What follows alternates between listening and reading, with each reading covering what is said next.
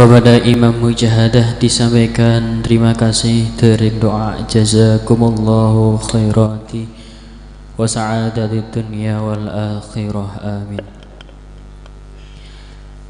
Bersambung pada acara ketiga pembacaan buku Al-Hikam edisi 7 Ahad 29 halaman 83 yang akan dibacakan oleh beliau Bapak Kiai Ahmad Sholihuddin Mahfud, Ketua Dewan Pimpinan Pusat Penyiar Sholawat Wahidiyah. Kepada beliau dihaturkan.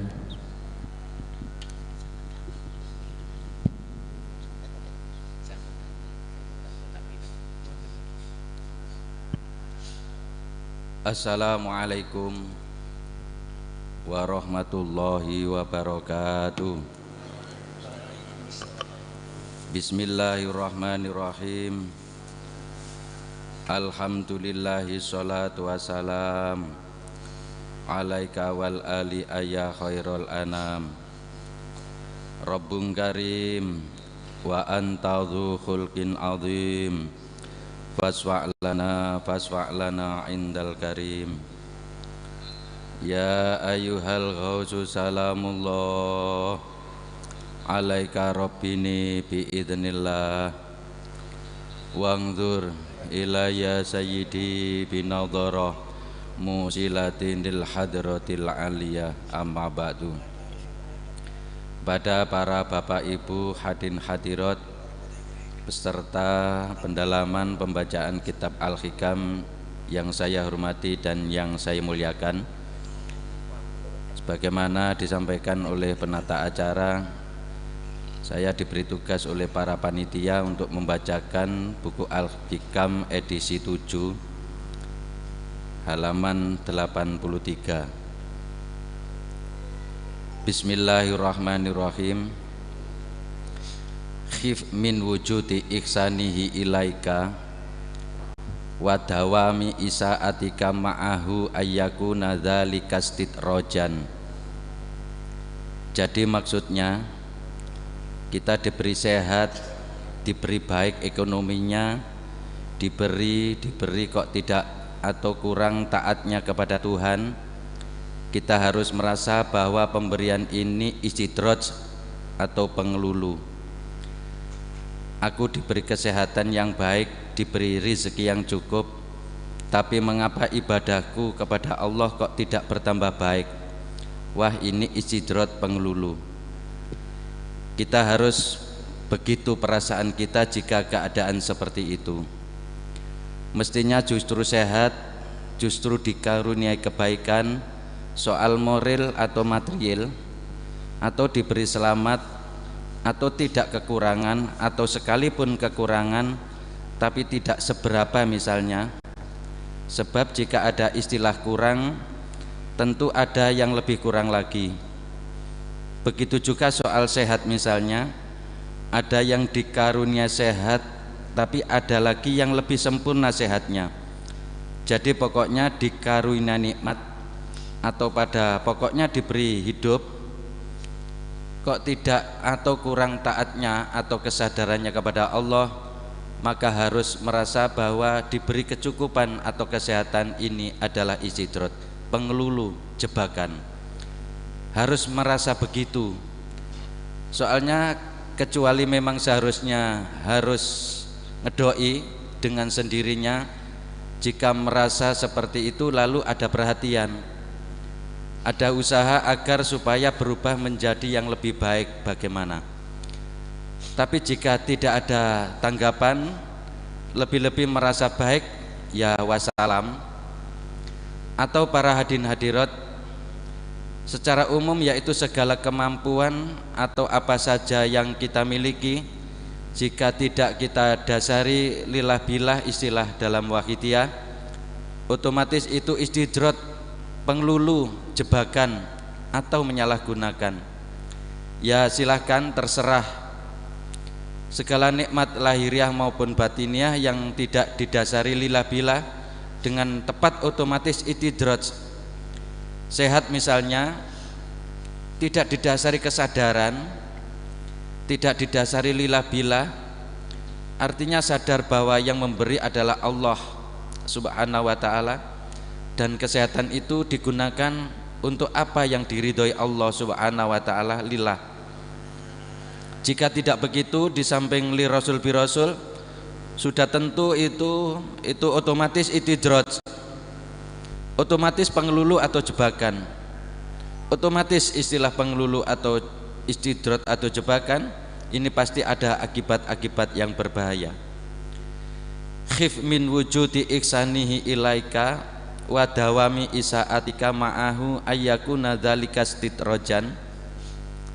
Takutlah atau khawatirlah atau lebih mantap lagi, yakinlah bahwa yaitu dikaruniai, senantiasa dikaruni nikmat soal apa saja, atau sekalipun melarat tapi tidak lebih melarat lagi, umpamanya dipandang dari segi tidak lebih melarat lagi, berarti sekalipun melarat tetapi sesungguhnya adalah nikmat.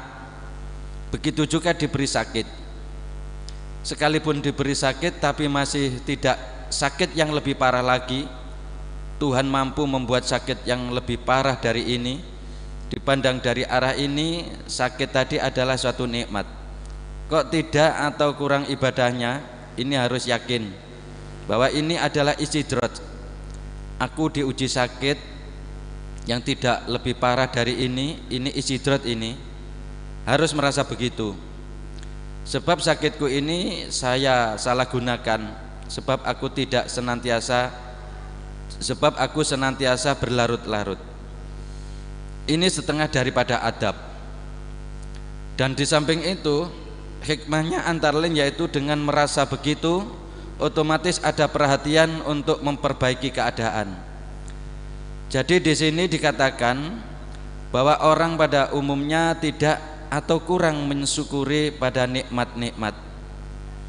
Dan nikmat pada umumnya, misalnya soal kesehatan atau soal ekonomi, sekali tidak atau kurang disyukuri, itu tidak menyebabkan hilang atau tidak sekaligus hilang. Sekalipun begitu, jangan dikira bahwa itu tidak ada apa-apanya, tidak ada akibatnya. Ini adalah istidroj, lebih berat daripada hilang begitu saja ketika disalahgunakan. Sebab istidroj itu makin banyak, makin lama makin berat. Tapi jika lalu hilang begitu saja nikmat yang tidak disyukuri, ya sudah habis sampai di situ. Umpamanya orang diberi nikmat tidak disyukuri, melainkan disalahgunakan, lalu nikmat itu hilang sebab disalahgunakan, itu ya sudah cutel begitu saja. Sedangkan satu lagi diberi nikmat, disalahgunakan dan nikmat itu tidak hilang, dia tidak merasa bahwa menyalahgunakan makin lama makin berlarut-larut. Diberi soal dunia disalahgunakan, tapi dunia itu menjadi bertambah-tambah, lah ini akan lebih berat lagi sebab menyalahgunakannya menjadi makin banyak dan makin bertambah terus. Ini makanya dikatakan lebih berat. Ini perlu ada koreksi diri kepada pribadi kita masing-masing, para hadirin hadirat. Jangan sampai terutama kita membicarakan soal ini lalu menuduh orang lain, tapi seharusnya kita menuduh atau mencurigai kepada pribadi kita sendiri. Dan terus kita kuatkan dengan menggali fakta-fakta yang ada pada diri kita. Aku selalu diberi sehat, senantiasa diberi bisa berjalan, senantiasa diberi dapat berpikir, dapat ingin melihat dan sebagainya. Ini saya pergunakan apa? Jika saya salah gunakan, ini berarti menyalahgunakan. Tapi ternyata panggah, tetap masih bisa begitu. Ini berarti istidroj, tidak saya sadari, tidak saya syukuri. Artinya tidak saya gunakan untuk lillah billah, tapi kok masih bisa berpikir, masih saja bisa melihat, mendengar, merasa dan sebagainya. Tidak hilang sebab saya salah gunakan. Ini namanya istidroj ini. Sanastadrijuhum min haitsu la ya'lamun. Nanti kami akan menarik mereka ke arah kebinasaan dengan berangsur-angsur secara yang tidak mereka ketahui. Hatta idza farihu bima utu akhadnahum baghdatan, sehingga apabila mereka gembira dengan apa yang telah diberikan kepada mereka, kami siksa mereka dengan sekonyong-konyong. Apabila mereka sudah berlarut-larut, begitu berlarut-larutnya, yaitu menyalahgunakan apa yang diberikan kepada mereka, akhadnahum baghdatan, kami tindak dengan ketegasan. Ini ancaman Allah Subhanahu wa taala. Kita harus takut pada ancaman Allah Subhanahu wa taala. Sedangkan diancam di antara sesama saja sudah takut, lebih-lebih yang mengancam Allah Subhanahu wa taala. Allah Subhanahu wa taala yang maha kuasa, syadidul iqab, yang maha menyiksa, yang maha. Kita harus lebih takut yang luar biasa. Di dalam Waqidiyah sering dibicarakan atau disebut-sebut sebuah hadis, innallaha la yumli dzalimi fa idza akhadahu lam yuflithu. Allah Subhanahu wa taala menangguhkan kepada orang yang zalim, yang berlarut-larut, yang menyalahgunakan. Tapi awas, apabila Allah mengambil ketegasan, tidak akan dilepas pasti. Para hadirin hadirat, di samping hal-hal seperti tersebut, kita harus meninjau sejarah secara umum, baik yang jauh maupun yang dekat. Lebih-lebih akhir-akhir ini banyak kejadian-kejadian, lebih-lebih bidang ekonomi. Kemarin masih mampu, tapi sekarang berubah menjadi miskin, melarat. Kemarin masih hondaan, sekarang becak. Kemarin begitu, sekarang sudah di dalam penjara. Kemarin masih sehat, sekarang jadi layatan, dan sebagainya, dan sebagainya. Hal-hal seperti itu harus kita manfaatkan. Mungkin sekali, kalau tidak dapat kita dikatakan pasti, dalam waktu yang tidak kita ketahui, kita juga akan mengalami, terutama soal pati. Ini harus kita manfaatkan. Sekali lagi kita ulangi,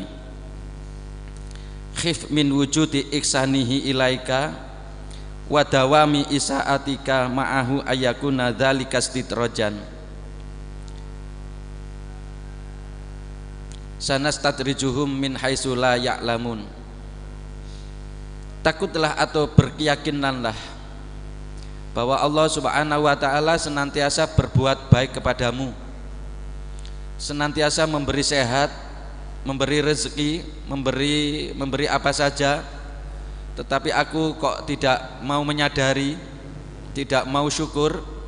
Aku harus berkeyakinan bahwa itu semua adalah istidrat.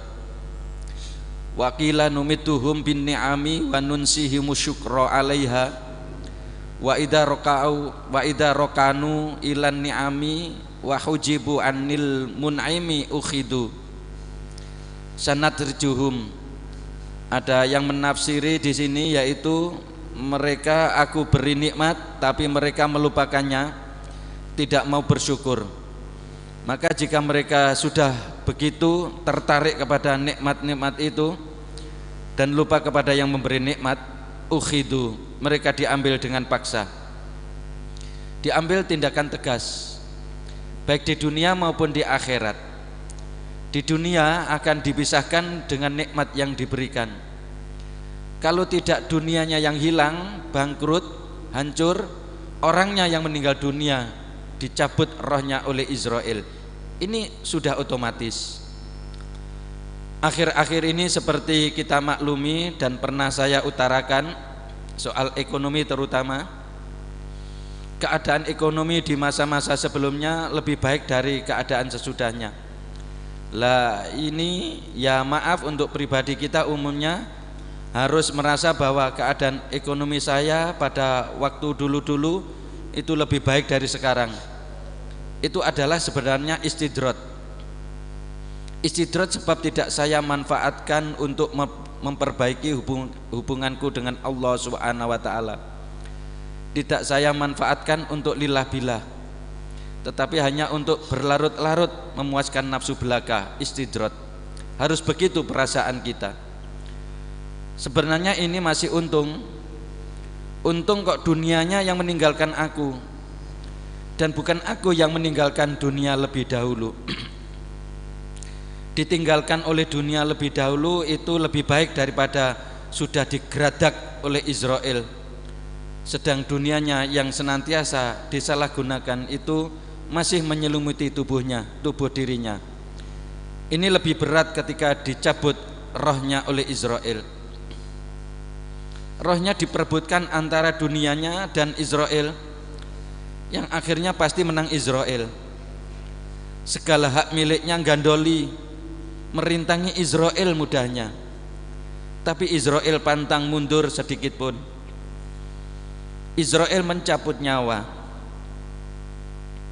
rumahnya gandoli, sawahnya gandoli, orang tua gandoli, anak gandoli, suami istri gandoli, pasar gandoli, usahanya, tokonya, pokoknya semua dunia yang melekat pada hatinya selama hidupnya semua gandoli, berebut, saling berebut dengan Israel.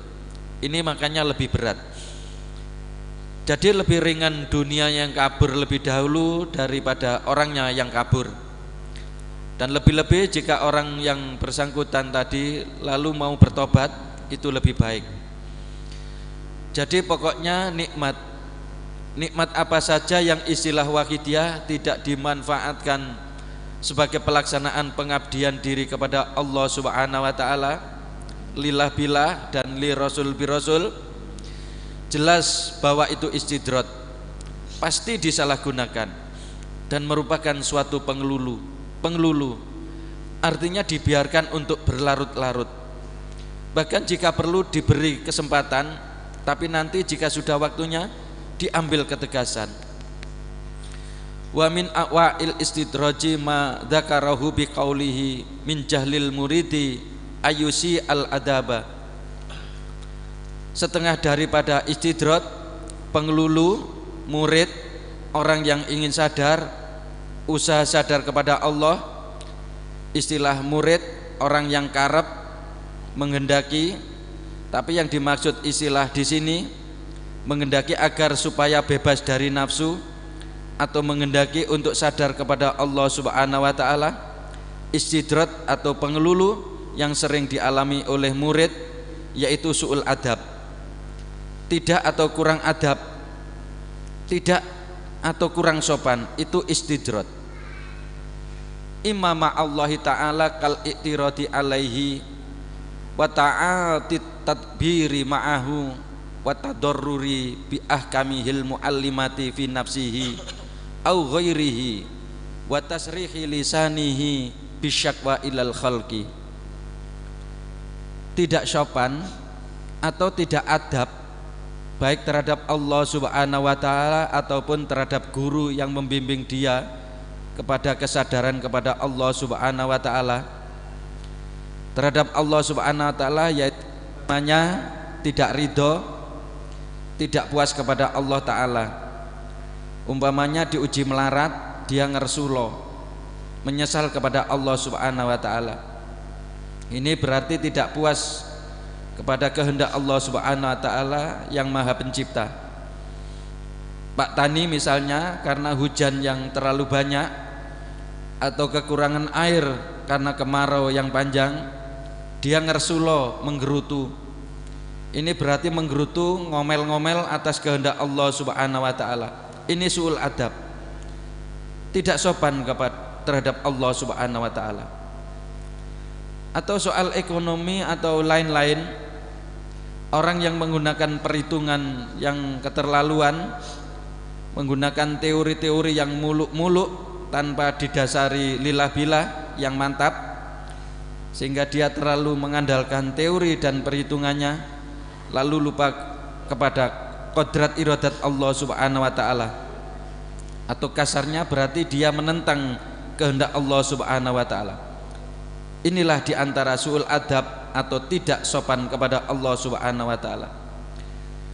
Di sini dikatakan tidak sabar, tidak puas dan ngongso-ngongso, tidak mau terima kepada kekuasaan Allah Subhanahu wa taala. Soal usaha atau ikhtiar atau berencana ya memang seharusnya kita laksanakan, akan tetapi harus senantiasa dijiwai lillah-billah dan tidak boleh mengandalkan usaha atau rencananya atau teorinya. Jika ternyata usaha atau rencana itu hasilnya tidak sesuai dengan yang diinginkan, harus disadari bahwa Allah Subhanahu wa taala yang menentukan. Jika tidak sadar begitu, otomatis menyesal atau menggerutu, ngersulo. Dan ini su'ul adab, tidak sopan kepada Allah Subhanahu wa taala. Lebih-lebih selalu sambat-sambat atau mengadukan kesulitan-kesulitan kepada sesama makhluk atau kepada orang lain. Ini jika tidak diatur hatinya tepat, otomatis su'ul adab kepada Allah Subhanahu wa taala. Terkecuali sambat-sambat atau pengaduan itu disampaikan kepada orang yang ahli untuk minta petunjuk kepada keadaan yang lebih baik. Bagi orang sakit ke dokter atau pengobatan lain misalnya, ini terkecuali. Tapi ya itu tadi, harapan harus senantiasa diarahkan kepada Allah Subhanahu wa taala. Jangan sampai mandek kepada makhluk atau orang lain itu. Jadi membicarakan atau mengadukan kesulitan-kesulitan soal ekonomi atau soal rumah tangga atau lainnya kepada sembarang orang, jika tidak tepat hatinya adalah su'ul adab kepada Allah Subhanahu wa taala. Bahkan juga su'ul adab kepada orang yang diwaduli, orang tempat mengadukan. Au ma'al masyayikhi kal i'tiradi alaihim wa adami qabuli isyaratihim fima yushiru nabihi alaihi faqad qalu uququl ustadina la taubata lahu wa qalu aidon mangkola li ustadihi lima fa innahu la yuflihu. Mari kita tinjau para hadirin hadirat terhadap kepada Allah Subhanahu wa taala, kepada Rasulullah sallallahu alaihi wasallam, kepada guru, kepada kawan sesama kawan, kepada orang lain. Pokoknya di mana ada hubungan itu bisa menimbulkan su'ul adab atau tidak sopan jika tidak tepat. Hubungan kepada Allah Subhanahu wa taala, kepada Rasulullah sallallahu alaihi wasallam sebagai nabi kita, dan kepada Ghauthi hadza zaman radhiyallahu an dan lain-lain harus kita perhatikan. Di sini dikatakan au ma'al masyayikhi. Masyayikh atau syekh asal maknanya orang yang sudah tua, orang tua. Tapi yang dimaksud di sini yaitu syekh, maksudnya ialah orang yang sadar kepada Allah Subhanahu wa taala dan mampu menyadarkan orang lain. Otomatis jika istilah sadar dan menyadarkan, dia mengetahui soal-soal yang negatif atau soal-soal yang kurang memenuhi syarat-syarat. Tidak beda seperti seorang montir mesin misalnya. Dia tahu bagian-bagian mesin yang kurang sempurna, yang kurang memenuhi syarat dan harus diperbaiki atau diganti. Begitu juga syekh yang dimaksud dalam bidang kesadaran, yakni orang yang sadar dan mampu menyadarkan orang lain. Beliau tahu kelemahan-kelemahan atau kekurangan-kekurangan atau negatif-negatifnya orang lain yang kurang memenuhi syarat dan mampu memperbaikinya otomatis. Istilah montir mesin tadi. Kal i'tirad alaihim, setengah daripada su'ul adab kepada syekh atau guru, yaitu si murid menentang mereka, tidak mau menerima petunjuk gurunya, tidak menerima apa yang diisyaratkan oleh gurunya. Dikatakan uququl ustadina la taubatalahu, berani kepada guru itu tidak ada tobatnya. Yang dimaksud guru di sini adalah guru kesadaran kepada Allah wa rasulihi sallallahu alaihi wasallam. Sabda hadis yang hubungan dengan ini yaitu ridallahi fi ridal walidain wa suqtullahi fi suqtil walidain. Keridhaan Allah digantungkan kepada kedua orang tua. Jika kedua orang tua meridhoi, Allah pun meridhoi. Begitu juga bendu atau murka Allah digantungkan kepada kedua orang tua. Jika kedua orang tua murka kepada si anak, Allah pun murka kepada mereka. Lebih-lebih guru, jauh lebih dari itu. Sebab guru adalah orang tua dari jiwanya, orang tua rohani. Adapun orang tua biasa itu orang tua fisik atau jasmani. Nilainya jiwa dan fisik jauh berbeda. Jadi setengah daripada istidrat sul adab, yaitu si murid menentang pada gurunya dan tidak menyadarinya atau tidak mau taat, tidak mau tunduk. Malah di sini dikatakan mangqala li ustadihi lima fa innahu la yuflihu. Orang yang miskil pada gurunya lalu bertanya mengapa atau bagaimana atau sebab apa, la yuflih, tidak sukses. Siapa yang muskil atau ragu-ragu terhadap petunjuk gurunya otomatis gagal. Wa qala al-Qushairi man sahiba syaikhan minasyuyukhi summa tarada alaihi biqalbihi faqad naqasa ahda suhbati wa wajabat alaihi taubatu wa in baqiya min ahli suluki qasidun lam yasil ilal maqsudihi ila maqsudihi falya'lam anna mujiba hajbihi i'tiradun hamara khamara qalbuhu ala ba'di suyukhihi fi ba'di awqatihi.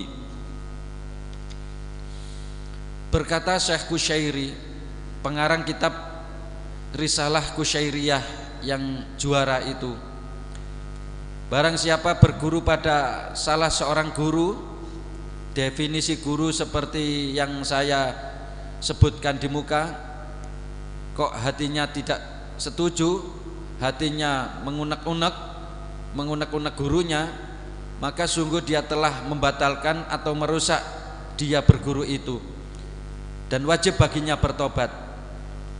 Jika dia si murid belum sadar, belum menyadari kesalahannya, ketahuilah bahwa dia tidak sadar itu adalah disebabkan dia menentang gurunya tadi.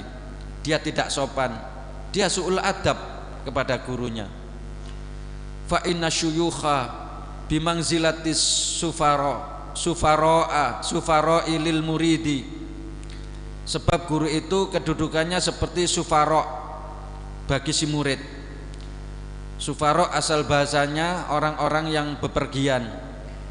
Tapi yang dimaksud sufara di sini ialah para malaikat yang diutus oleh Allah Subhanahu wa taala. Seperti malaikat Jibril diutus membawa wahyu kepada Rasulullah sallallahu alaihi wasallam, itu sufara. Jadi kedudukan guru bagi si murid seperti halnya para malaikat yang diutus oleh Allah Subhanahu wa taala itu. Atau rasul boleh juga disebut sufara. Tapi yang terkenal, yang umum pengertiannya sufara adalah para malaikat yang diutus oleh Allah Subhanahu wa taala. Contohnya malaikat Jibril. Quran itu dari Lauhul Mahfud kemudian dibawa oleh malaikat Israfil. Malaikat Israfil itu yang paling dekat sendiri kepada Allah Subhanahu wa taala. Di dalam kitab Insan Kamil dikatakan sebab malaikat Israfil itu dibuat dari galihnya Nuru Muhammadin Rasulullah sallallahu alaihi wasallam. Karena itu menjadi paling dekat sendiri kepada Allah Subhanahu wa taala. Adapun para aulia Allah yang dibuat dari galihnya Nur Israfil adalah Ghaus. Quran tadi selanjutnya dari Israfil dibawa oleh malaikat Mikail, seterusnya kepada malaikat Jibril. Para malaikat-malaikat itulah yang disebut sufara. Adapun su'ul adab yang hubungannya sesama manusia, antara lain di sini dikatakan wa imma ma'a ba'din nasi bil i'tiradi alaihim kama waqa'a fi Junaidi annahu ra'a faqiran yas'alun nasa faqala fi nafsihi lau amila hadha amalan yasunu nafsahu lakana ajmala fasaqulat alaihi auraduhu fitil kalailah.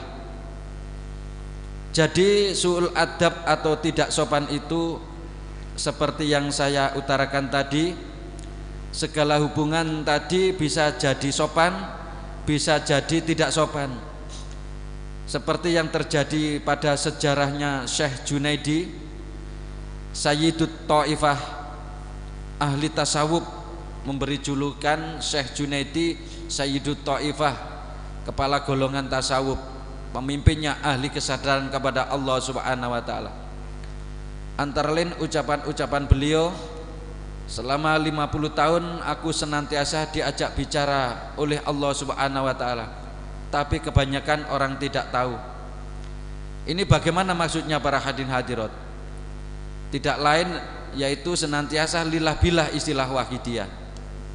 Mendengar temannya berbicara, sadar bahwa yang mengucapkan itu Allah, billah, istilah wahidiyah.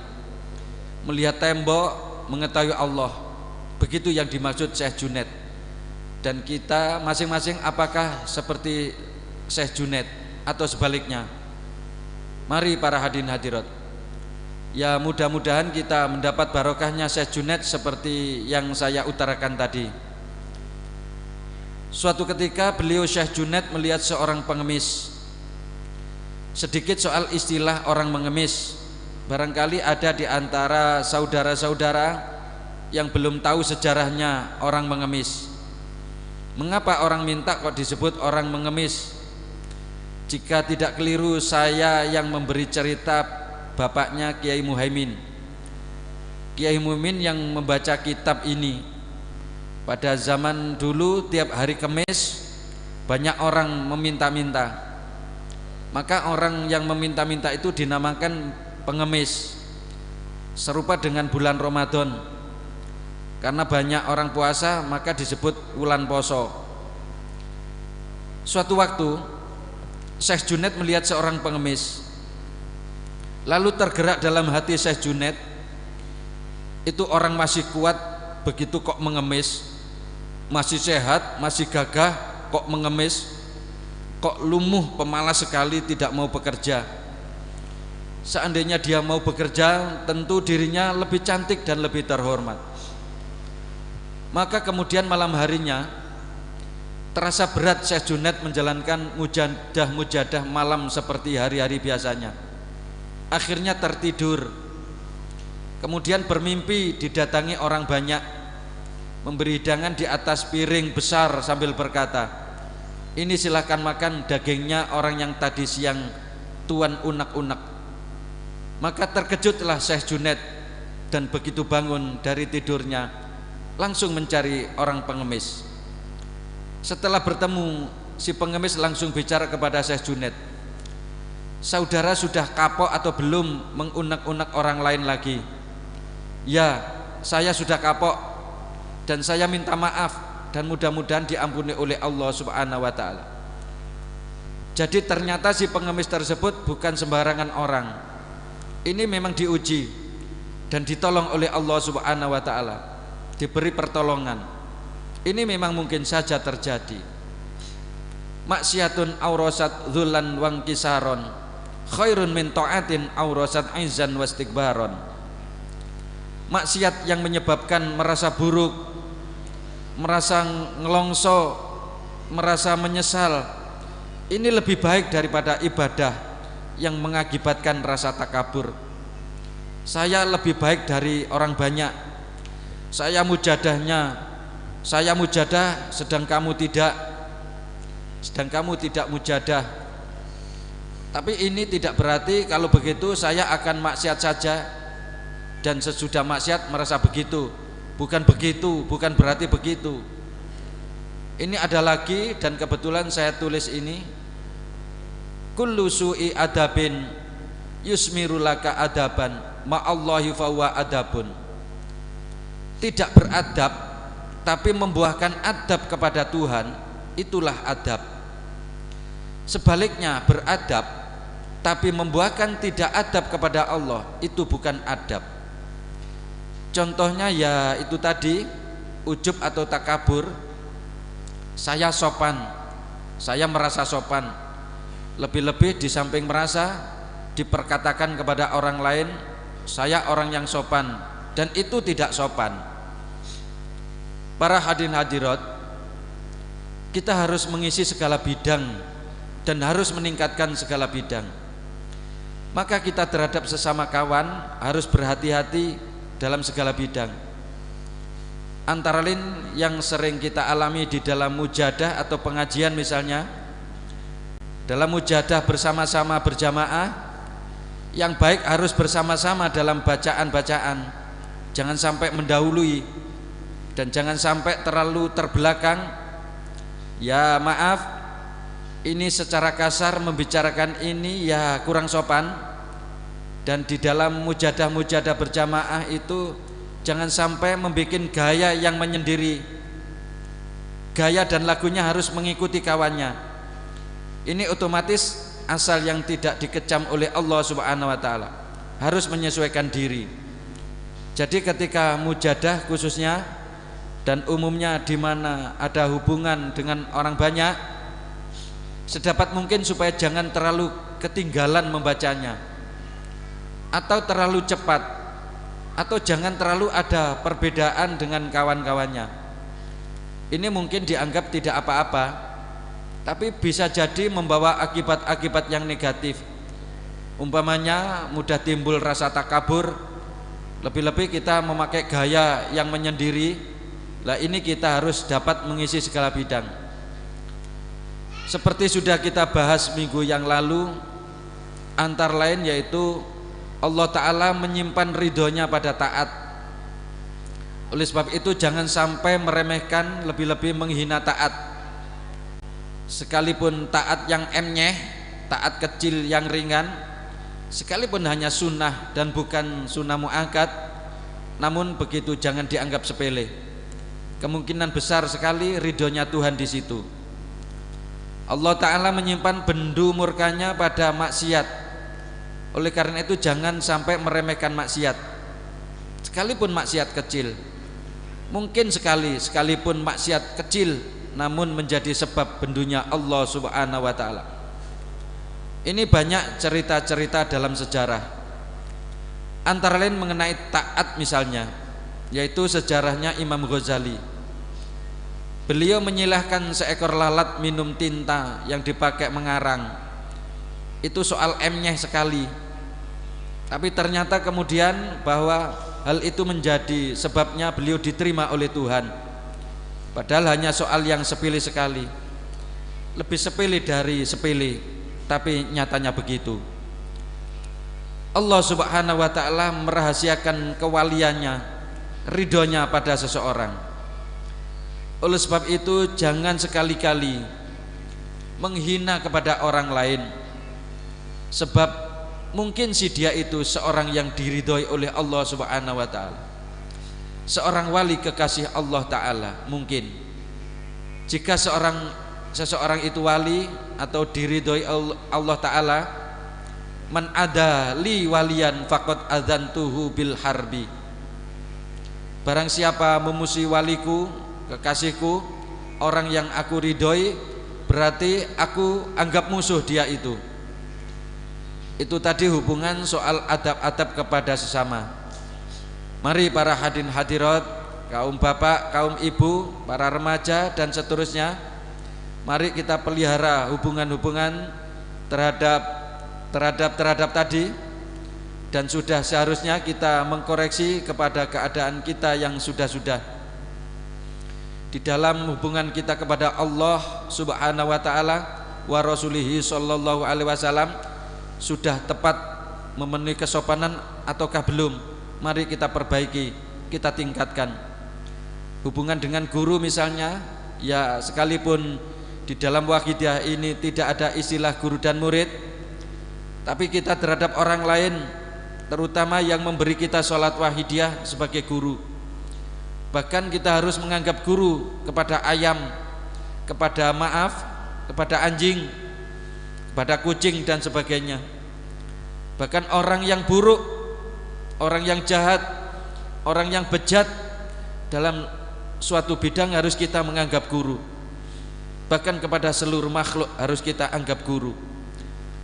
At-turuqu ilallah bi'adati darratil khalaik. Jalan menuju kepada Allah Subhanahu wa ta'ala itu sebanyak bilangan seluruh makhluk. Makhluk seluruhnya ini diciptakan justru supaya digunakan jalan untuk menuju kepada Allah Subhanahu wa ta'ala. Jalan yang mengantarkan dia kepada Allah Subhanahu wa ta'ala. Jalan yang mengantarkan dia kepada Allah Subhanahu wa ta'ala ini guru namanya. Harus kita anggap sebagai guru. Dalam satu bidang-bidang harus kita anggap guru. Dan kita harus mengisi segala bidang.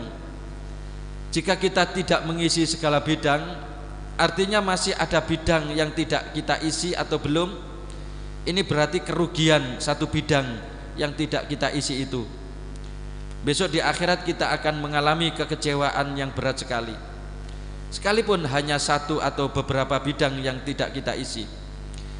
Jadi segenap makhluk itu menunjukkan kepada Allah Subhanahu wa ta'ala, mengantarkan kepada Allah Subhanahu wa ta'ala. Sekalipun ada orang yang sudah sadar tapi tidak menempuh jalan ini, berarti dia masih rugi terhadap jalan yang dia tidak tempuh itu. Saya gambarkan bepergian ke Surabaya misalnya. Kita pergi ke Surabaya lewat Kertosono, dan betul memang sampai juga di Surabaya.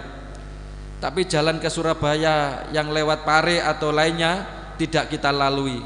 Ini berarti rugi, masih rugi. Berarti kita belum mengisi segala bidang.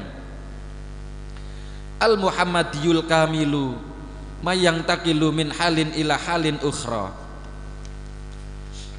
Seorang umat Muhammad sallallahu alaihi wasallam yang kamil, yang sempurna, yaitu yang dapat berpindah-pindah dari satu keadaan kepada keadaan yang lain. Artinya dalam situasi yang bagaimanapun senantiasa fafiru ilallah wa rasulihi sallallahu alaihi wasallam, senantiasa lillah billah dan li rasul bi rasul, senantiasa sadar kepada Allah wa rasulihi sallallahu alaihi wasallam, selalu menjadikan segala keadaan dan situasi sebagai guru yang mengantarkan kepada Allah Subhanahu wa ta'ala. Jika orang belum dapat yang takilu min halin ila halin ukhra, otomatis belum sempurna di dalam mengikuti jejak laku tuntunan Rasulullah sallallahu alaihi wasallam.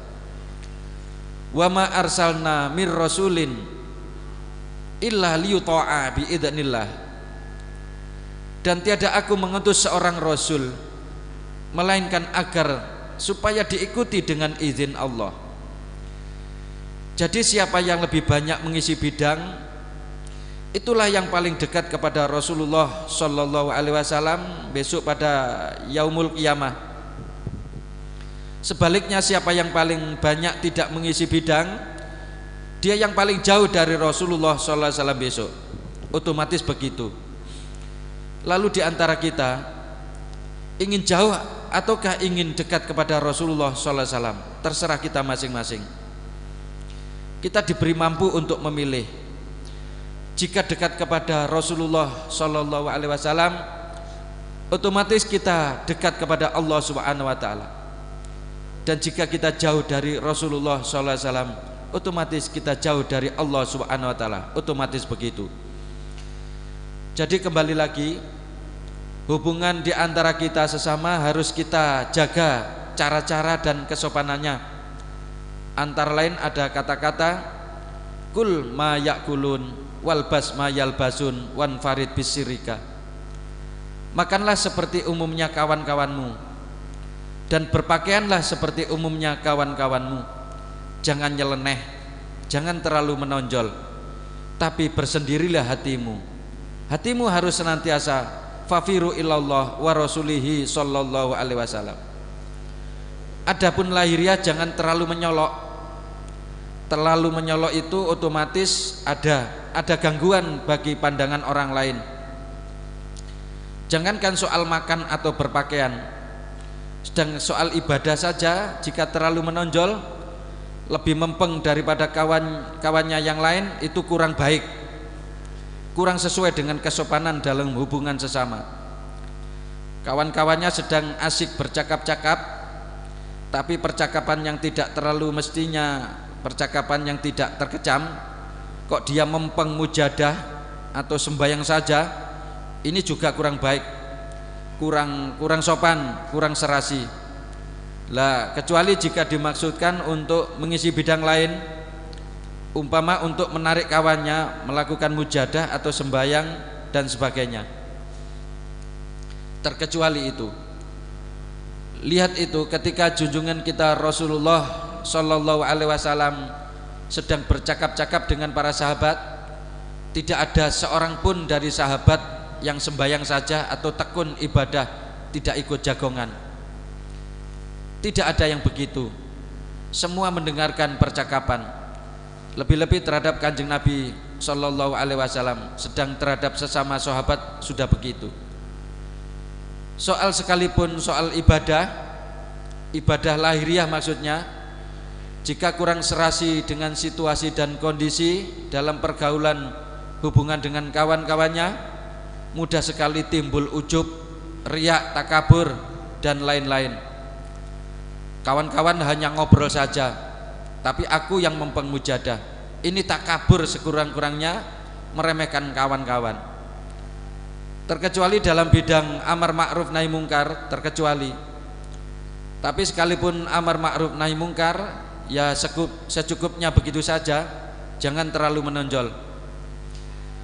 Min jahlil muridi ayyusi al-adaba fatu'akharul uqubatu anhu fayaqulu law kana hadha su'a adabin laqata'al imdada wa aujabal ib'ada. Kembali kepada matan hikam, bahwa setengah daripada istidrot yaitu su'ul adabnya si murid kepada guru, di samping kepada Allah Subhanahu wa taala wa rasulihi sallallahu alaihi wasallam, dan su'ul adab terhadap sesama kawan. Tapi dia si murid tidak merasa, begini saja tidak apa-apa. Jika tidak apa-apa, tentunya mempengaruhi ke dalam hatiku. Ini perasaan begini, ini namanya istidrot. Tentu kawanku itu memaafkan, hanya soal begini saja. Seandainya tidak dimaaf, tentunya terasa di dalam hatiku, tapi hatiku tidak merasa apa-apa. Ini begini, ini sudah istidrot. Jadi kita harus berhati-hati dalam segala hubungan. Jangan sampai terjatuh ke dalam su'ul adab dan kita tidak merasa. Fa inna dzalika mabda'ul hijabi wa mani'ul lil iqabi anidukhuli fi hadratir rabbi subhanahu wa ta'ala. Sesungguhnya mungkin sekali su'ul adab itu menjadi hijab. Mungkin sekali orang yang asalnya sudah sadar, tapi dari sedikit ke sedikit akhirnya menjadi tidak sadar. Mungkin sekali. Jadi sekali lagi soal adab penting sekali.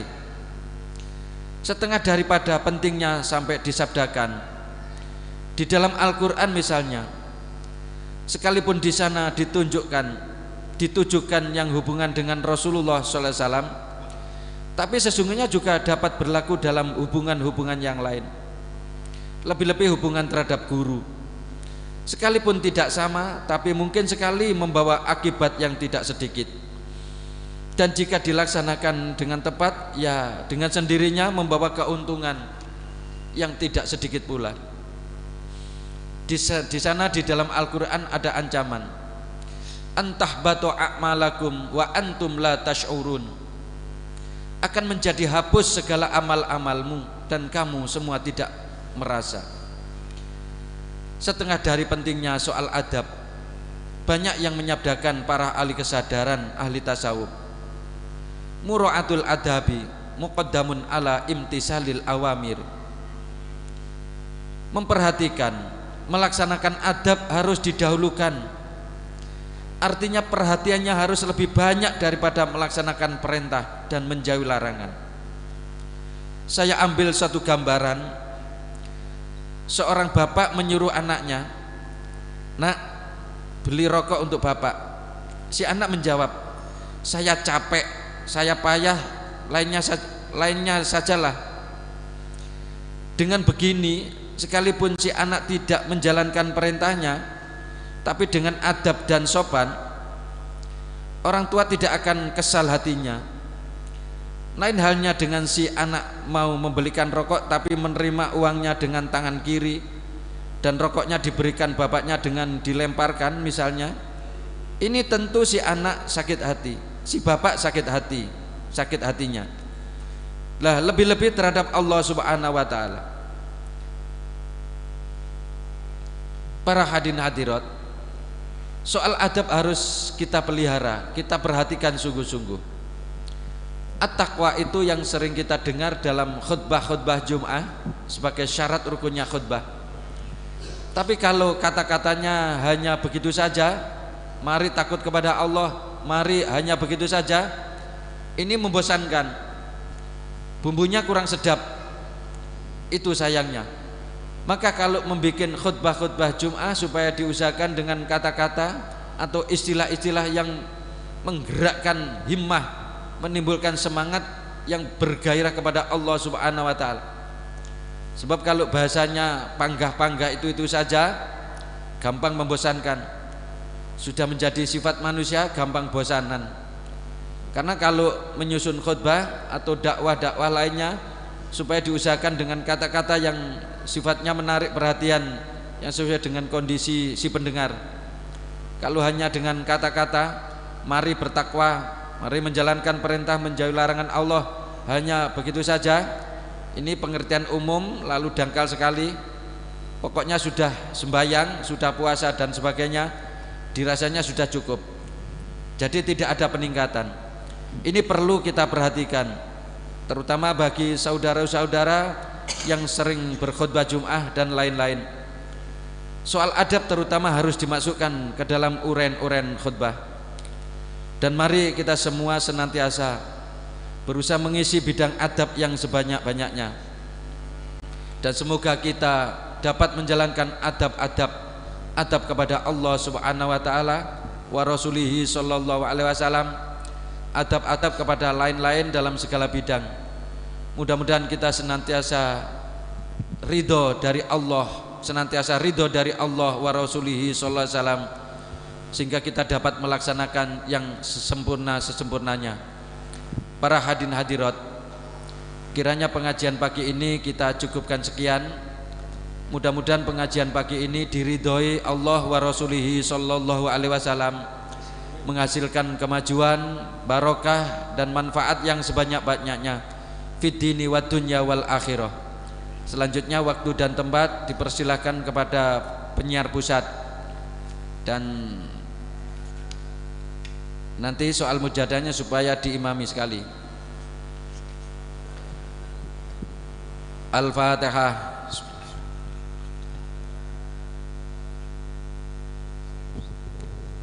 Ya syafi'al khalqi salatu wassalam alaika nura khalqi hadiyal anam wa aslahu wa ruhahu adrikni faqadholam tu abada wa rabbini wa laysa li ya sayyidi siwaka fa in tarudha kuntu syakshan halika. Ya sayyidi ya Rasulullah, ya sayyidi ya Rasulullah,